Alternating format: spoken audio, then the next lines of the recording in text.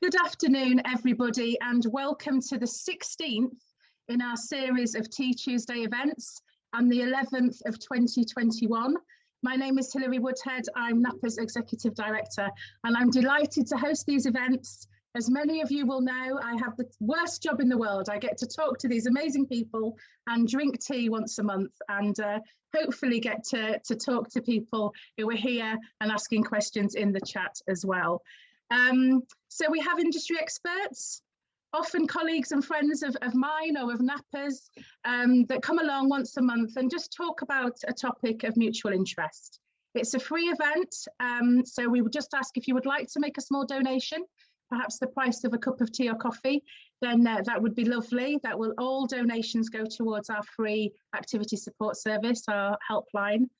And Gianna will pop, my colleague will pop the information about how to do that in the chat.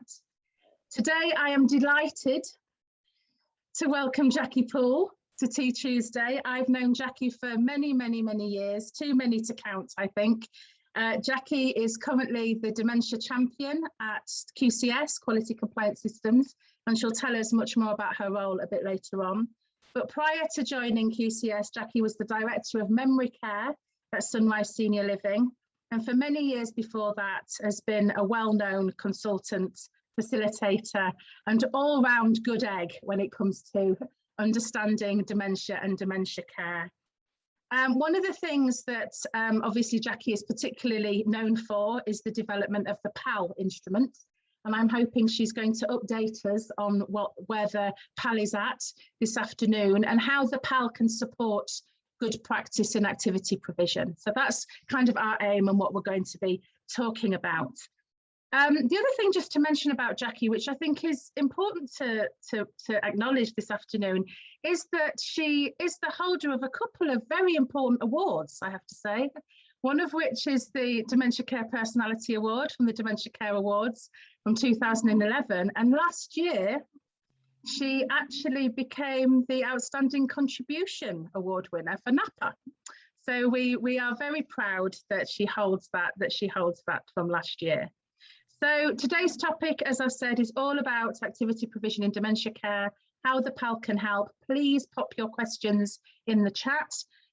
Please, and your comments too, and we will get to those when we've had a bit of a chat, Jackie, over the next half an hour or so. So, hi Jackie, thanks for joining me. Hello, thank you. Thank you for having me. You're very welcome. Do you have your tea? I have my tea here, and actually you can probably just see here, there's a piano, and in pride of place here on the top of my piano is my Outstanding Contribution Award, just there. So too, excellent, brilliant. And that, and you didn't know I was going to mention that. No, it lives there, that's where it lives. It hasn't been placed for today. No. Excellent, thank you, Jackie. So do you want to just start by telling us a little bit about yourself, about your career, kind of what got you into dementia care work and what's kept you here? I mean, you know, after it's a long career, what is it that keeps you so focused around good dementia care? Okay, right. Wow. Well, I started I'm an occupational therapist, but I actually started working as an OT support worker way back in the early 1980s, which I know makes me ancient. But my first job was actually in what was then called the psychogeriatrics unit. I mean, how times have changed, which was people living with dementia, patients living with dementia. And when I arrived on the ward, I was sent to go and entertain people, and many of your people on this call now will understand this.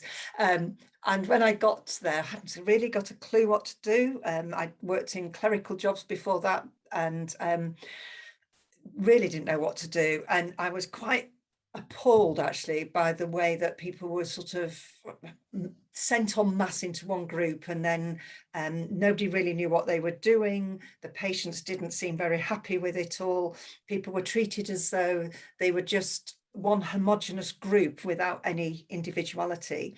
And very quickly, actually, as I got to know the individuals, it made sense to me that I could see that people actually had a lot of ability that just was going unrecognised. And I thought, you know, something needs to be done, I suppose, even back then in my naivety. So I decided what I was going to do was go and train as an occupational therapist, because I felt the only way I could make any difference was to have a professional set of knowledge set and skill set behind me. So off I mean, and that wasn't quite as easy as it sounds, because I had left school without any qualifications. So anybody who has children at that stage themselves, you know, take heart. I actually, now I'd found a passion, I sent myself off to evening classes and got the required qualifications, applied and got a place as an OT student. And as soon as I could, after I qualified, I went back into working with people with dementia, because I just felt I'd found my passion, really. And I think what's kept me going all these years is that I've realised that there's always more to learn. You never know everything, of course you don't, and there's always more to learn. And I just think almost weekly, sometimes daily, it feels like I learn something new, and I'm inspired to have a go at trying to use that to help as well. Something about the work as well is that, you know, we're learning all the time from people who are living with dementia, aren't we? Oh gosh, yes. About dementia, and we learn about and understand more about the different types of dementia and what people might need. I think that, you know, we'll never know it all. And actually, that's what interests me. That's what's always excited me, is that, you know, you go into a profession where you will never know everything. No. You will always be learning. And I think that's definitely the case, particularly when you're engaging people and you're planning how people might like to spend their time. We're constantly getting to know that individual, aren't we? So that sits within that. It is a process and a journey. And if we ever get to the end of that, I don't know what life will be like when we know everything. No, we never will. I hope we don't. I always panic when people sometimes people introduce me as an expert. Thankfully you didn't, because I don't think anybody could ever be an expert. I think we can be specialists, but how can you be an expert in something so complex, really?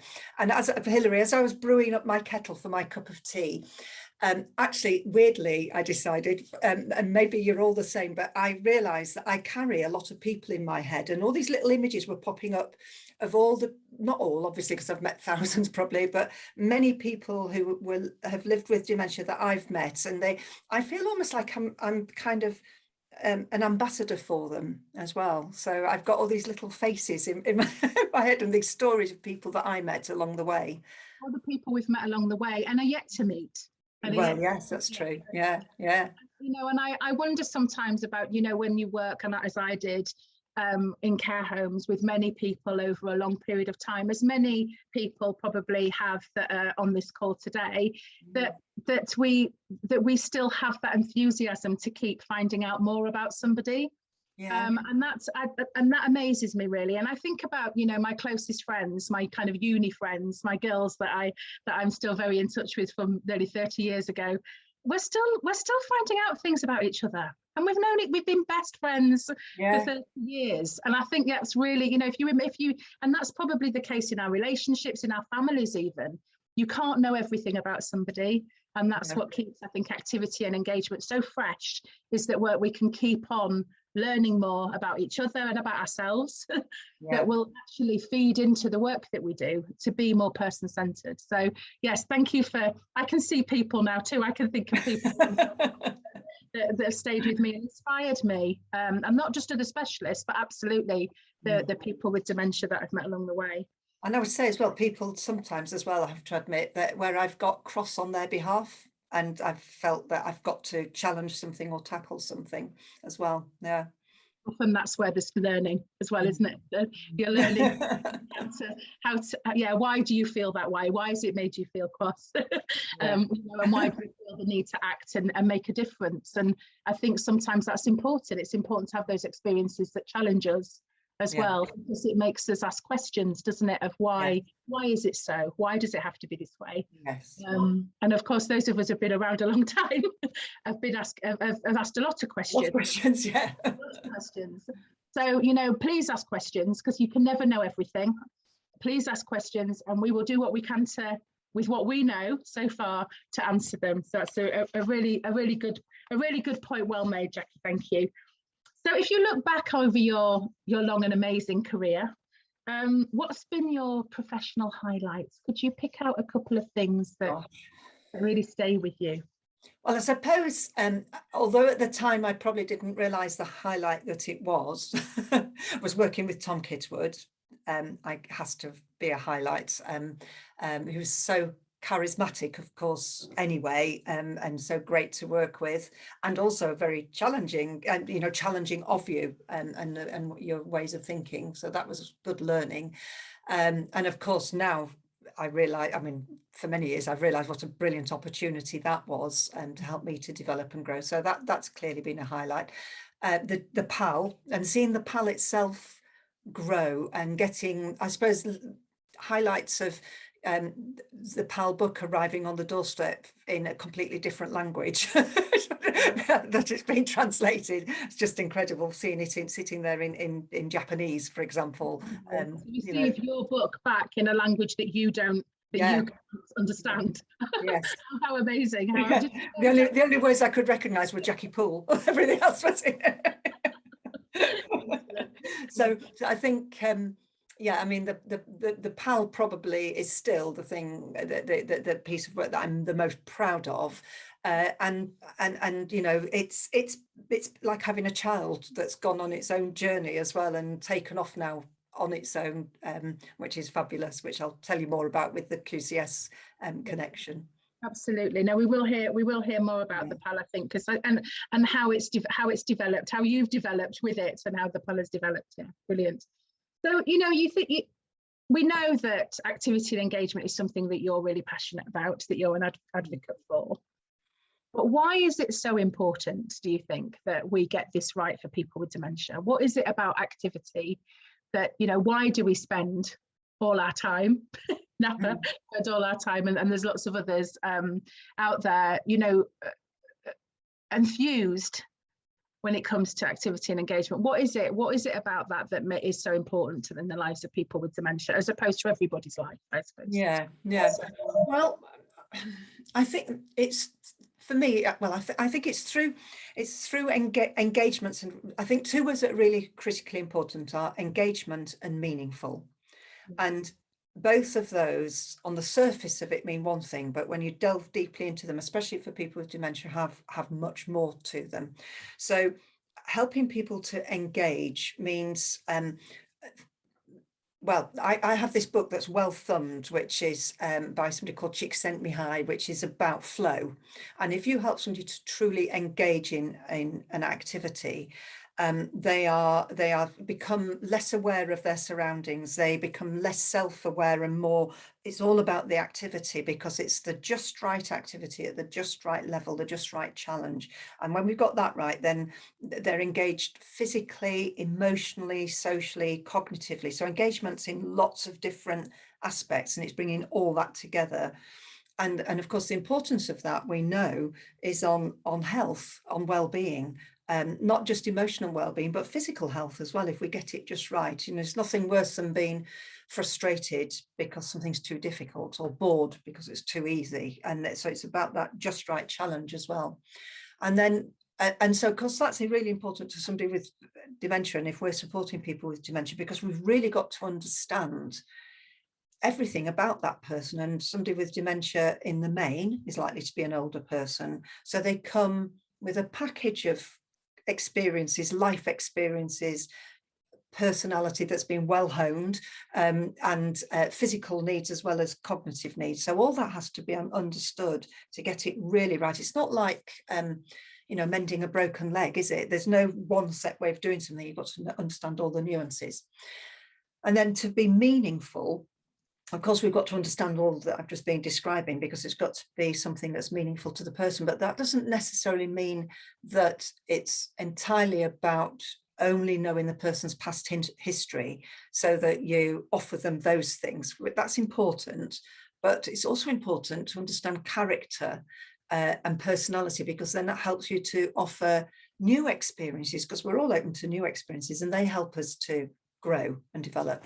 And I think if we get it just right on the meaningfulness side, it's not just reflecting what people used to do, but it's about giving people that sense of who I am, that sense of self. I'm the person who whatever it is, you know, engages in something in a certain way, or at a certain time, or with certain people, or in a certain place.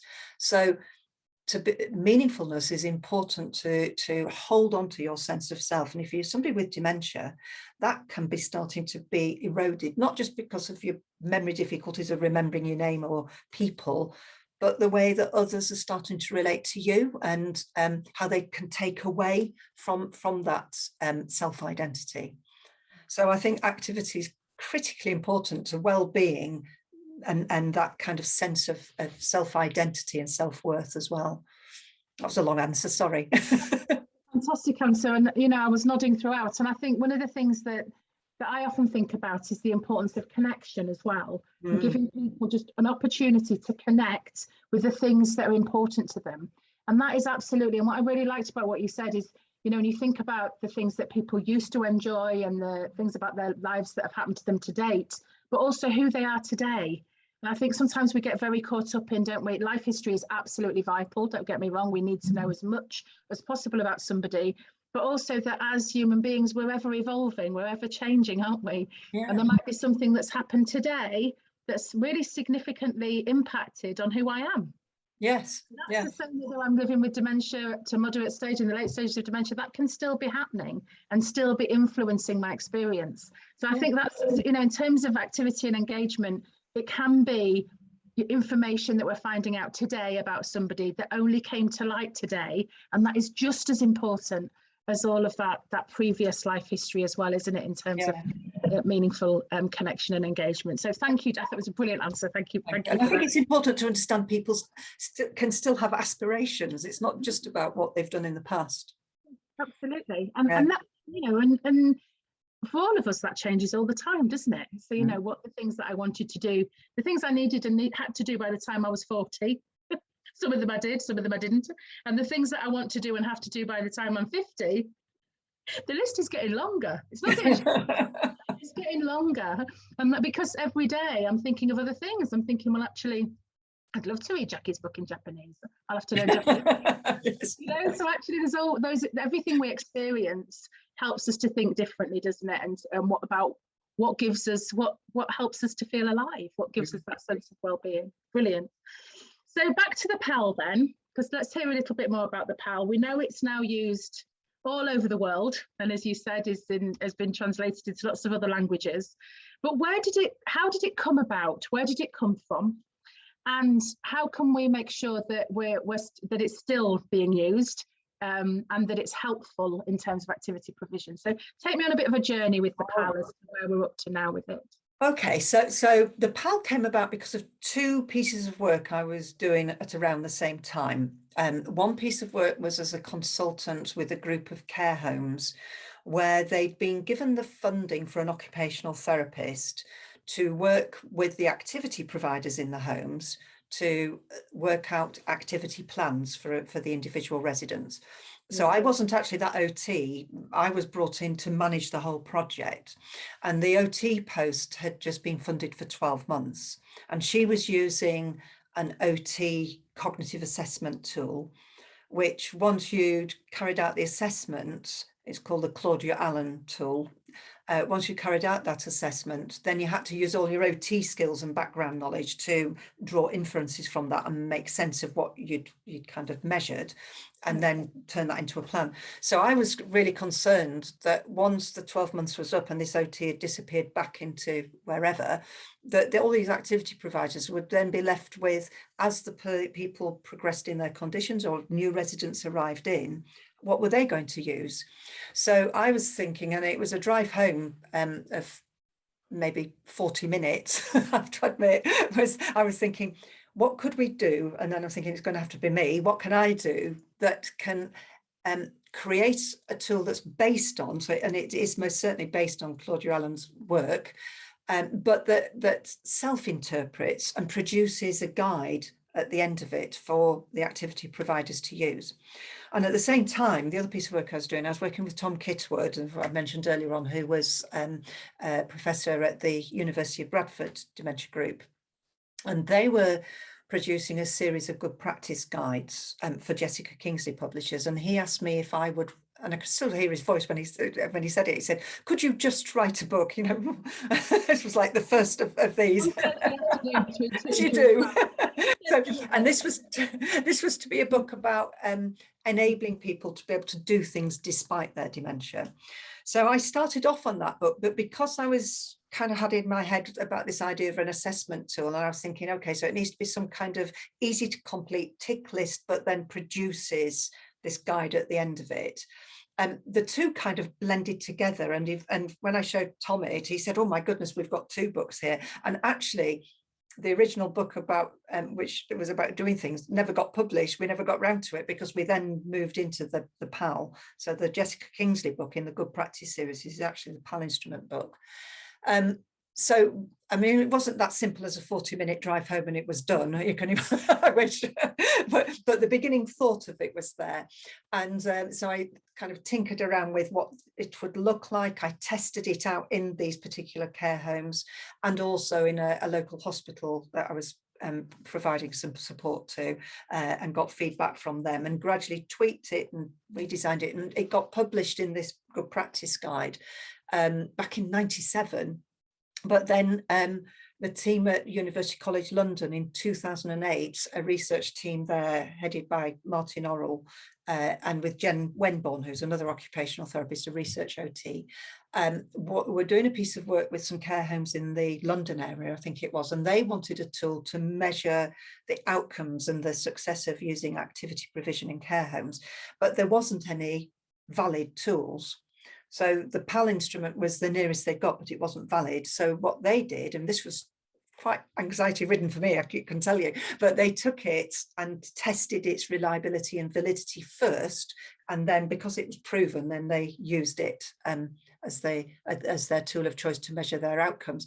So that was like really having your baby, I mentioned baby earlier on, put underneath a microscope and looked for every blemish and flaw, and you know, so but it actually against all the gold standard similar assessments of the day, really held, more than held its own. They were amazed actually how accurate it was.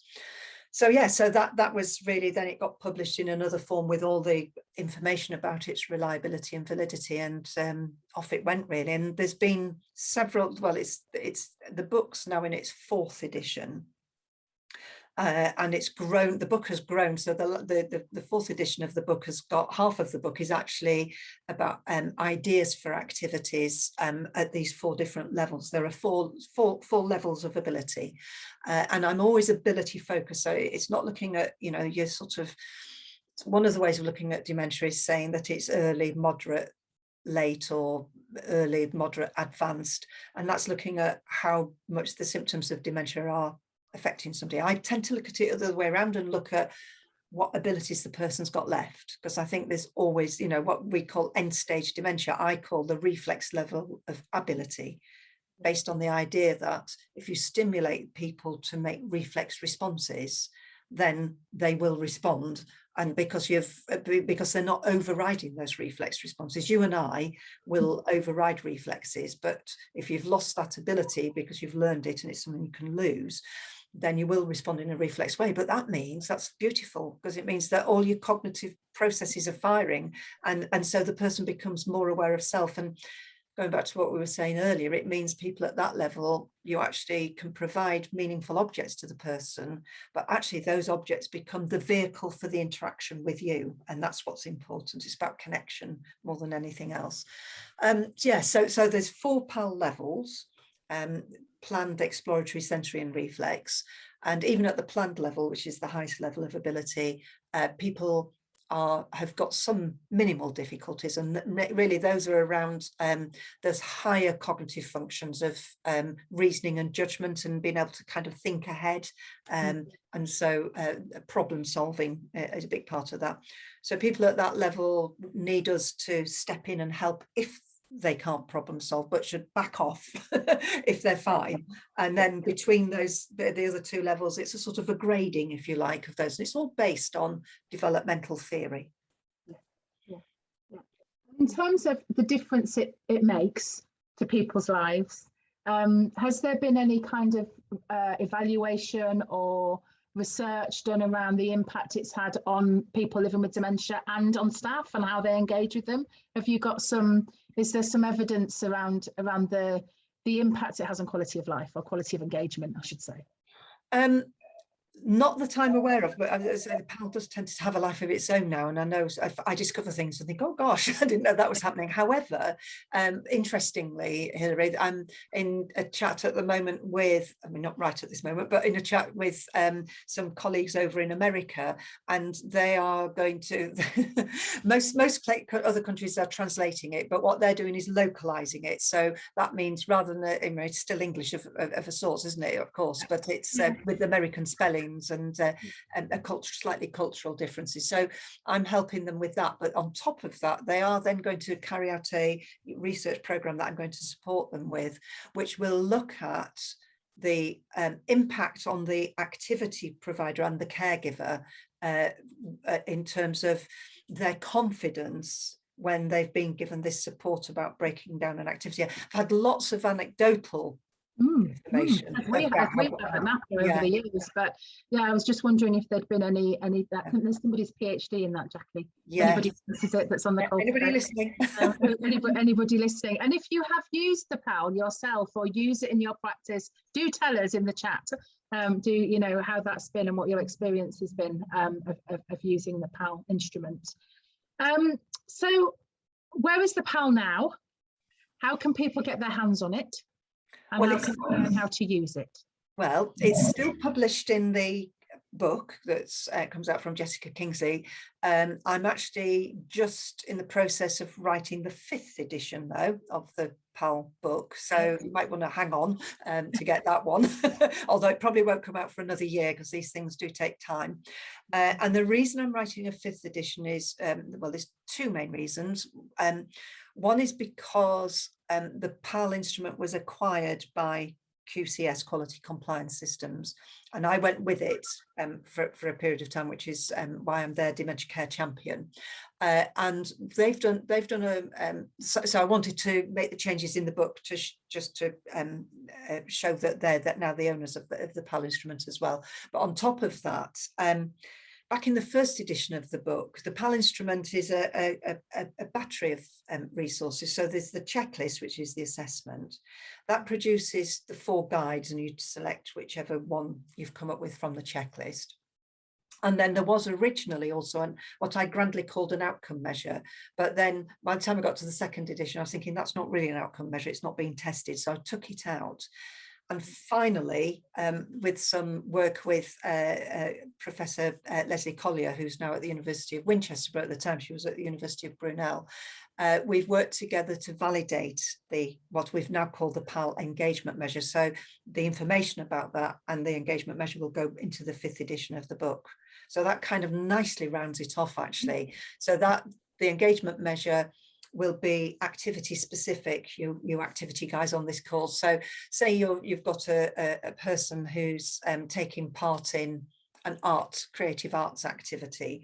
What you would do is use the same sheet over a period of 5 or 6 sessions, and you would be recording how they've done, and it's both a score and a traffic light system kind of scoring. How they've done in terms of their cognitive engagement, but also their physical engagement and their social engagement. So it looks at the whole person-centered engagement. And because it's got this kind of, at the moment, it's just in a spreadsheet, so it's kind of your green, yellow, red cells, but that means graphically you can see over time how the colors change and see how you're faring. So that's coming out in the 5th edition. But as I say, QCS have acquired it, and what they've done, and I think Gianna's going to put up the link for everybody, is they have made it as an electronic version. So when you complete it on screen, it automatically produces the right PAL guide, and I'll say a bit more about the guide in a minute. And it's a beautiful word. It's free. That's the word I love about this. Yeah. So see, Gianna's put it up now for you. So what the wonderful thing that QCS did is they acquired the PAL, and they were determined to make it free to use to everybody. So you've got the link there. You can go to it, and you give a few details, because that's the only thing you have to do, though, and then it will get emailed to you. And then you can complete the electronic version. And whereas in the book it produces a PAL profile, which is an in general description of how to present the world to the person, in the electronic version it produces a PAL guide, so it's much more comprehensive, and it's actually a set of half a dozen profiles, all at the right level for the person, but describing how to help them, not just in leisure activities and communication, but also for care activities. Because I think if you get care right, it moves from being a task into an activity as well. So it covers dining and dressing and having a wash as well. So those are the different, so that's a difference. It's a much more comprehensive tool. And as they QCS have put it into this free to use site, so go get it and use it. Go get it, absolutely, use it and tell us what you think. Get in touch with us or with QCS and tell us what you think. There are some comments and questions. I can see. We're coming to them. Let's see how we're getting on with questions. Kirsty's getting excited there, I could see. It seems like a good time. This is excellent resource. I'm brand new. This is a great place for me to start. Fantastic. I'm new to wellbeing. This is going to make a big difference to how I work. Just wonderful. Where can I get it? You can get it in the link, says Jana. Can we assess the engagement measure now? Or can we access, I think it is, can we access the engagement measure now? This is an excellent resource to use, thank you. Any thought? Yes, could you? Not yet, because what we will also do is put the engagement measure, well, I'm hoping anyway, I've got my talk with the techie person at QCS tomorrow, is to put a more electronic style version of it into the Dementia Centre, which I'm sure we'll talk about in a few minutes. That's the other piece of work I'm doing with QCS. Yeah, fantastic. So there are a couple of questions related to the PAL, and then we'll come back to the Dementia Centre if that's okay. So we've got one here from Dom. I'm an activity coordinator in a care home supporting people living with dementia. I know about the PAL and I know my residents. Do I still need to fill it in? Okay, well, thank you, Dom, first of all. I suppose the thing is, and it's a bit like we were talking about earlier on, no one person can know everything. And I think personally, and this is the way I always have advocated this, is to complete the PAL checklist should never be done by one person anyway. It's the PAL checklist asks 9 questions. 3 of those are around personal care. 3 of them are around communication and interaction, and 3 of them are around if you like, activity engagement in the sort of more leisure side of it. So the best, and even then, you know, even if you do all those aspects of support to somebody with dementia, you only see them for the time you're with them. And to me, the best way of completing the checklist is to do it as a team effort. So ideally, somebody from the activities team, somebody from the care team, a key worker, maybe a family member as well, if possible. But certainly, I've always suggested that this is completed at handover when you've got a few minutes. It doesn't take longer than usually about 10 minutes to complete a checklist. But in my experience, having done this many, many times over the years, when I describe the PAL levels, when in the past I've run a course about the PAL, and then I ask the people in that room who all come from the same establishment to select somebody that they support and to think about what level they're at. They'll say the level, and then when we complete the checklist, I can guarantee you that actually there are people in that team who say, well, actually, yes, you can do that. I've seen that, and others haven't seen it. And they've usually underestimated that level of ability of the person. So I would always say complete it, not only for that reason, but also you are then using a standardized approach, which means you've got the evidence behind you, which is really important for your own self-confidence, but also for your street cred with the team, yeah, that you're showing that you're not just kind of using your own, I mean, your own common sense, of course, is important, but and your own background knowledge, but this is something that is standardized that will stand up to scrutiny.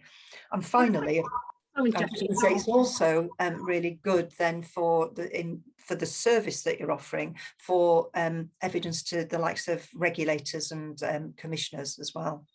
Absolutely. And I was going to say that the ultimate acid test, I suppose, after an assessment of any kind is You know, have I come to the conclusions that somebody else, another professional, another practitioner would have come to? And so actually being able to have those conversations about why you've come to a particular conclusion about somebody's functioning and somebody else hasn't, there's learning in that too, isn't there, about everybody's approach. Well, how, you know, when I was with you the other day, that wasn't what my experience. Well, how did you engage it? How did you approach? Yes. And I think there's so much learning there as well. There's opportunity for staff development in those conversations, isn't there? Yes, because sometimes people have just got a bit of magic they've used, and everybody else needs to know about that magic. Absolutely. Sometimes because it could be just that your face fits. Yes, absolutely. There's that too. There's definitely another question here about the PAL. Do you have to be trained in the PAL to use it? No, I wanted to. I mean, that was the whole premise that I started off with, was to produce something that could be used by people who were not trained, weren't occupational therapists, for example, that would self-interpret. So as long as you don't just sit there in your ivory tower of an office and tick boxes on your own, as long as it's a group effort to complete the checklist, the guide or the profile, if you're using the book-based version, will interpret for you. Brilliant. Well, that's great to hear. And there's a question from Simone, which is, if you did feel that you needed some training around how to use the PAL, how to encourage staff to get involved with using the PAL, how would you get that, or can you access that? Is there training available if you felt that it was required? And I think that comes back to the culture of care a little bit, doesn't it? And that whole team approach. Any thoughts on that one? Well, I don't do training courses anymore, but there are people out there who would, and I'm thinking of a few right now as we're talking. So, and I guess Napa might put on a training course about using the PAL, and I'm sure we could look at something there together, Hilary. I'm feeling a bit of a collaboration coming on at this moment. That sounds like a good idea. But on top of that, and again, we're going to talk about the Dementia Centre. So what I've put in the Dementia Centre is a pre-recorded webinar by me, leading people how to complete the PAL, and I've done it as a now stop and you know, with the idea that you'd have a facilitator, and then you could stop and pause it and have a go at completing it. And there's also case studies in there. The book also has got a lot of background information that would be helpful. So there's different ways of learning. You don't have to learn just by going on a course. Absolutely. And I think if you're trying something out and you want to talk about it, ring the helpline, ring the Napa helpline, because, you know, we can talk through how you might be using it as well. And we've got access to Jackie, and we're in partnership with QCS, so we're absolutely, you know, able to find out answers if we don't have them. So, you know, please don't get stuck. You know, if you really feel that you need to reflect and to challenge your own practice and how you're using it, please get in touch and let us know.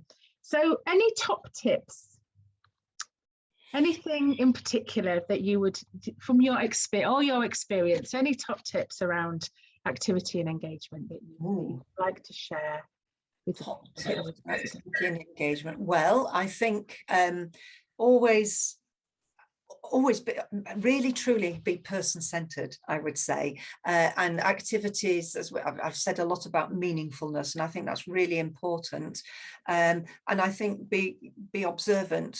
So always be observant of the person's response in their fine little details of their the expression in their eyes, you know, the outcomes. We've talked a bit about outcomes. The outcomes are not always the big things for somebody with dementia, particularly people who are further on with their dementia. And so don't expect necessarily something massive to happen, but be accepting and of that gift, really, of that little moment, which could be just as simple as an eye contact with somebody that hasn't been doing that before. That I mean, I'm speaking to you guys, you know, that little moment you get when you get that connection with somebody, that not only is it great for the person with dementia, to be honest, it's great for us as well. You feel it, and it's so rewarding. Yeah, that's what keeps us coming back, isn't it? Those moments. So tell us a bit more about the Dementia Centre and kind of where, you know, what QCS have done All right. to develop this this kind of area really for people to access information about dementia. Yeah. So just to explain, so QCS is actually called Quality Compliance System. That's what it stands for. And actually they began life, I think, as a company all about compliance, so policy documents. But they are, I have to say, they are really good guys. They're very, very generous and very altruistic in wanting to help. So when they got the PAL, as I said, the first thing they did was think, we want to make this free to everybody. But they are a business as well. And so what we decided to also do then was create this dementia centre of resources where the PAL is at the heart of it.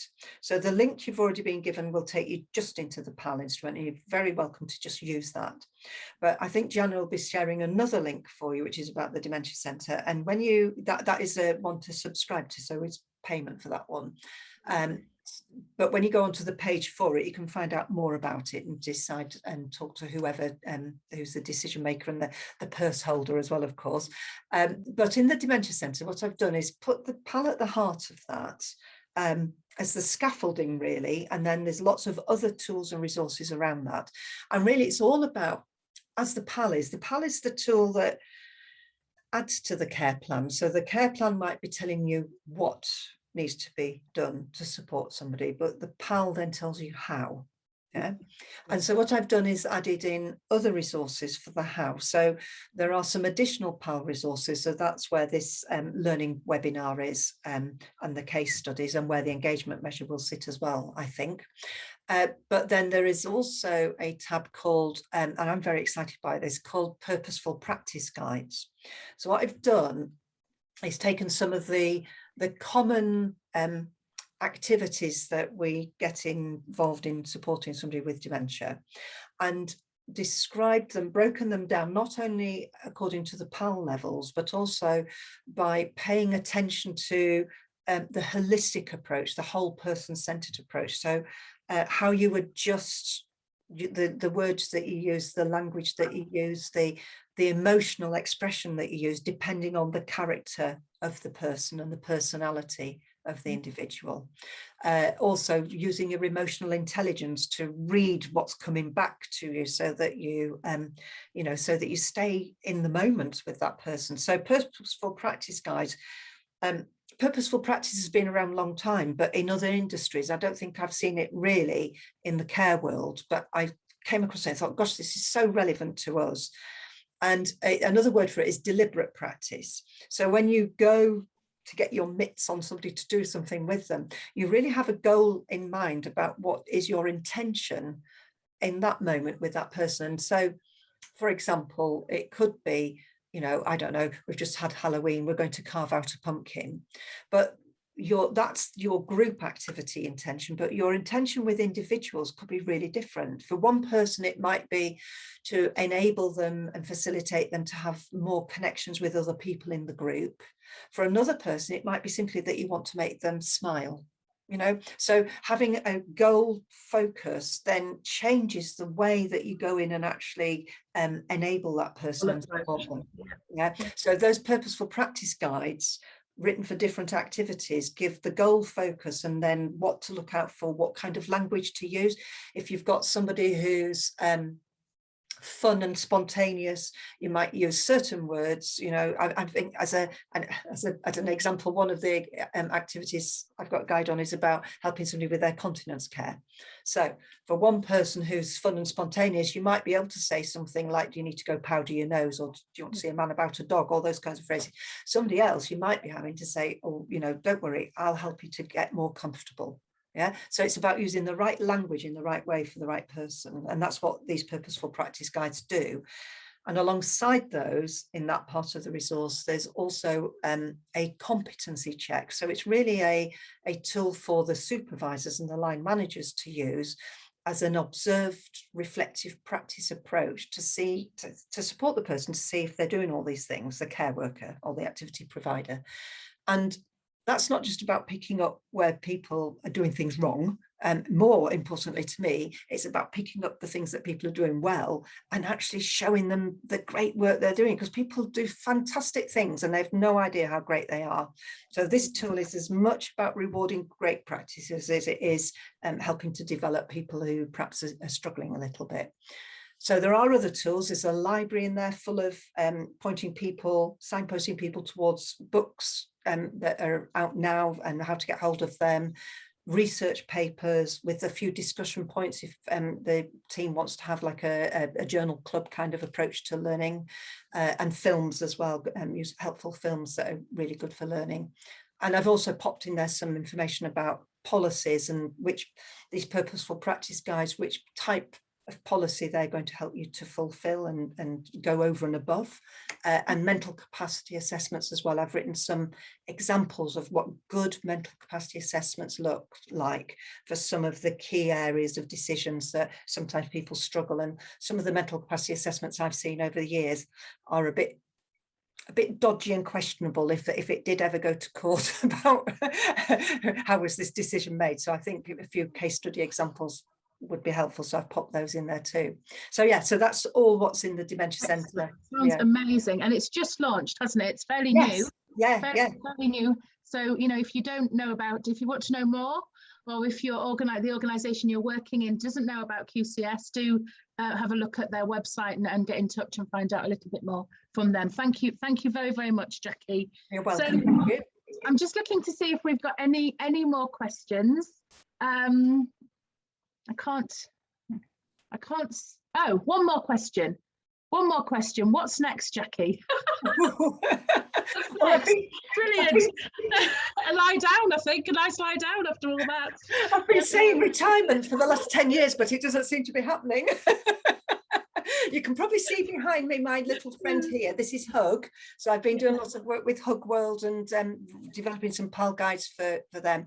I'm actually just starting on a bit of a new mission, I have to say, around, and more to come on this. I probably can't say too much just yet, but about the phrases that we use around so-called behaviours that challenge, that was called challenging behaviours, sometimes called distress behaviours, more I think appropriately called behavioural expressions of need. And I'm starting to do a bit more work around that with a colleague, so watch this space on that one. And I'm also lecturing. Tuesday's coming on about that perhaps in a few months' time. Brilliant. Yeah, and I'm a visiting lecturer now at the University of Winchester as well for the postgrad occupational therapy students there, so that's keeping me busy too. Yeah, I don't know if you'll ever. I can't imagine you ever completely retiring, Jackie. We'll keep you busy. We'll find things for you to do, whether you like it or not. Thank you so much for your time this afternoon. I forgot that there were people watching, and we were just having a lovely chat. So thank you very, very much for your time and your experience and your specialist approach as opposed to your expertise. I'll take that away.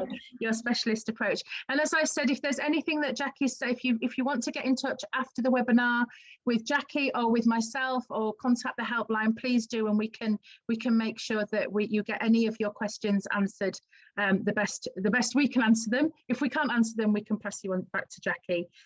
Just a few NAPA announcements before we say goodbye. There's a lot going on in November and December, as you're probably all aware.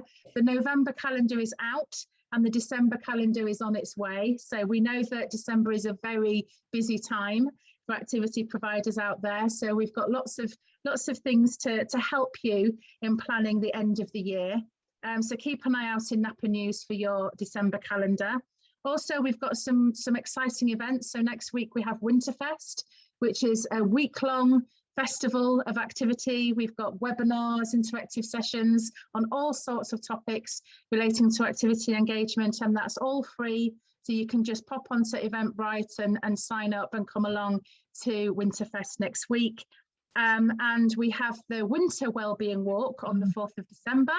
So that's a national wellbeing walk. Again, that's all in aid of the NAPA helpline, which is our free activity support service. So please get involved, just get out and about. We are really keen to make sure that people still get out for walks, even though it's chilly. So get wrapped up, get your wellies on and get out and about and walk for NAPA. And we have our Christmas concert. So we've debated about whether or not to have another online Christmas concert, but our members have asked us to go again. So we're working with various partners, and we will be putting on 2 Christmas concerts on the 15th and 17th of December. So again, you can just pop over to Eventbrite and get your ticket for the Christmas concerts, and all of those, of course, again, are free. If you'd like to make a donation that helps us with our work, that's great. But there is no expectation around that. We just want to make sure that everybody has as many opportunities to enjoy the end of the year as possible. My next Tea Tuesday will be on the 14th of December. So a little bit later in December. There's so much going on. And my guest will be Vic Rayner, who is the CEO of the National Care Forum. And myself and Vic will be talking about Christmas and COVID, and how we make sure that everybody has as lovely a time as possible, given that we are expecting a difficult winter. So making sure that people stay connected with their families over Christmas, and we all have a lovely time. So come back, please, on the 14th of December for Tea Tuesday with myself and Vic. So that's pretty much it for us for now. Thank you all very, very much for being here. Thank you again, Jackie. I'm looking forward to hearing more. I quite fancy a hug. Can you show us a hug before you go? One behind you. I thought you meant from me. Here he is. From you. Absolutely from you. So, goodbye to everybody. Thank you for coming. Take care. Bye for now. Bye. Bye-bye.